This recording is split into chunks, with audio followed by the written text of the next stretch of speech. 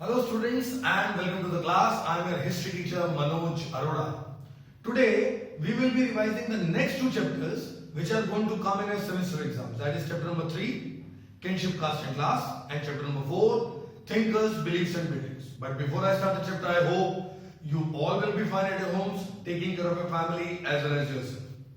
Now children, moving on to the third chapter. Last video I had discussed the main points of chapter number 1 and 2. Today the brief summary and outline that what can come in exams and what are the important topics of these two chapters, chapter number 3 and 4.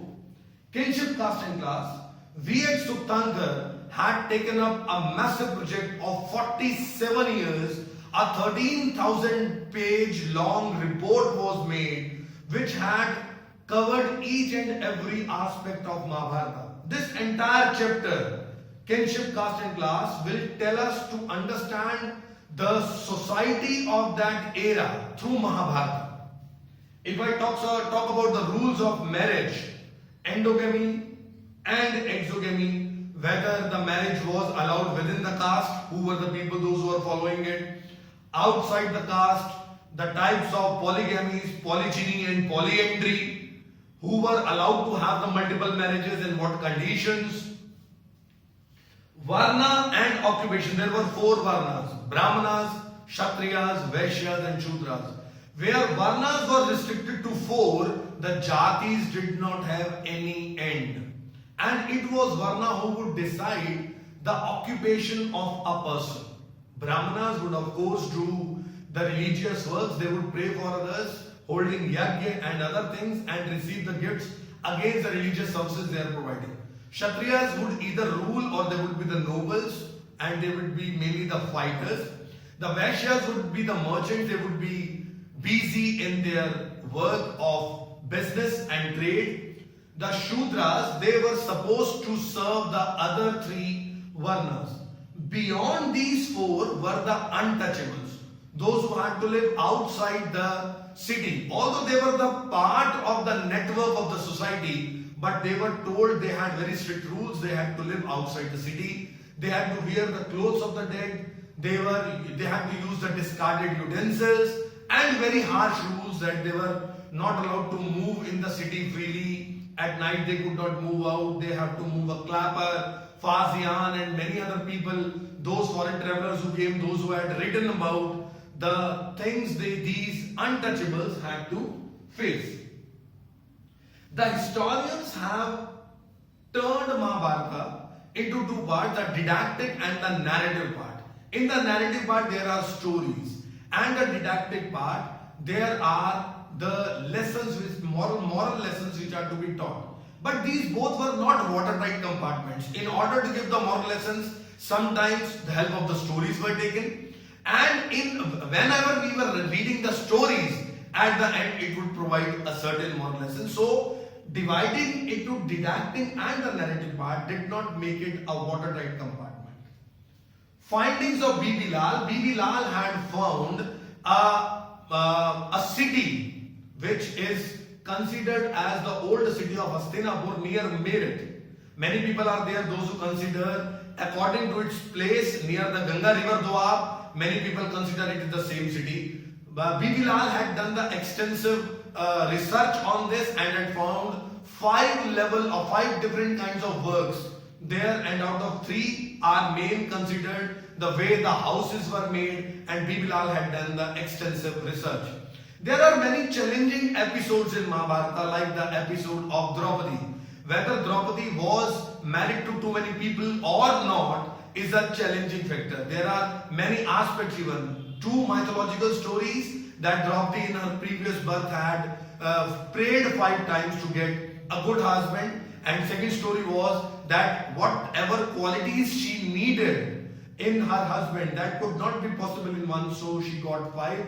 And when her father had rejected this idea, Narad ji told that they all 5 were the incarnation of Indra. So basically your daughter was not going to marry 5 people, rather she was going to marry one, to which Raja Drupad later on got ready. But there is a historical aspect also. It was considered that maybe that in Mahabharata This part would have been added later on, because in the mountainous areas, the people, because of the lack of the females, the males would marry, many males would marry one female.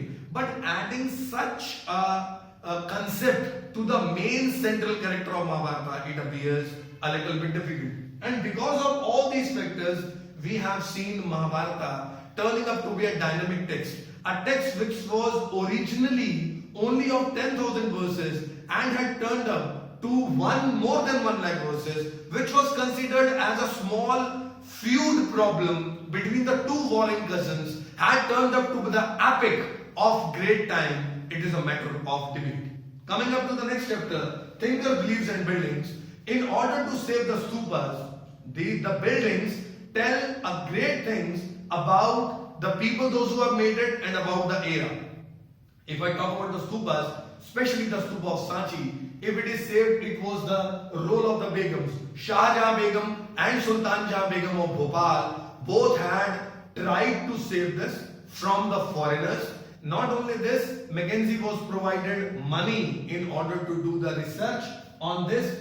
Kutghar Shala was the place where debates would take place in order to convince two gurus, two religious sects would sit together in order to talk about the religion, and one who would win, the latter's disciple, would be coming up to the former one.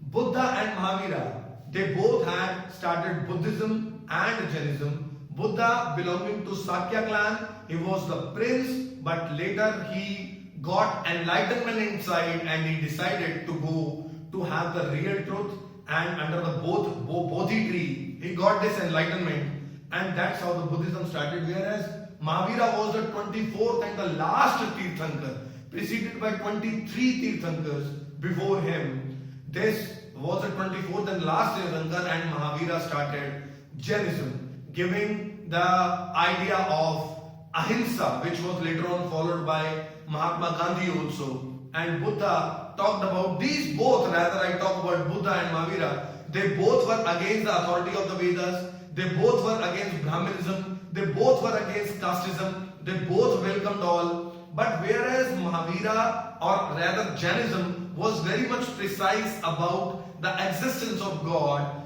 Buddhism doesn't talk about God too much. Where Jainism talks about extreme penance and pain, Buddhism talks about the middle path. Where the Jainism talks about the 5 vows, then Buddhism talks about 8 vows to be taken, Ashtamarg, which we call as.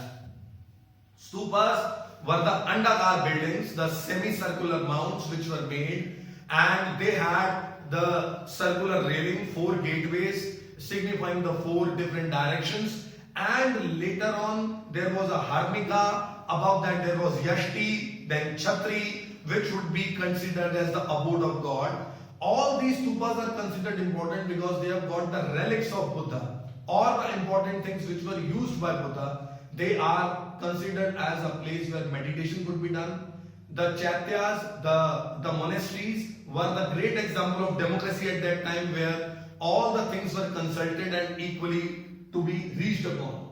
Stupa of Amravati did not survive. Reason being, till then nobody knew the importance of the stupas. The Sanchi survived because of the great decisions made by the Begums of Bhopal. Buddhist culture, if you want to understand the Buddhist culture, the concept of Shalbhanjika, the concept of other any topics, if I talk about the Bodhi tree, the concept of stupas, the concept of empty sea, whether snakes were worshipped or not, the importance of Bodhi tree, the first sermon given by Buddha. In order to understand all these concepts, if you want to understand the sculpture, we have to read the scripture of Buddhism. Vinay Pitak, Sut Pitak and Abhidham Pitak are the main 3 books which can be studied. If I talk about the Puranic Hinduism, the temples were also made. There was a main center place where the god's idol was kept, which was called Garbhagriha, and beyond that the Shikhar was made, and slowly the temples got elaborated.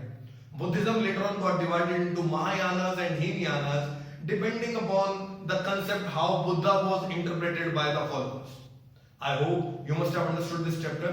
I tried to give you a brief summary. Read NCERT books, that is a must. You have got the problems, please come to me on the online sessions arranged by the school, or write the problems in the comment box. I will solve all the problems. Thank you very much. God bless you.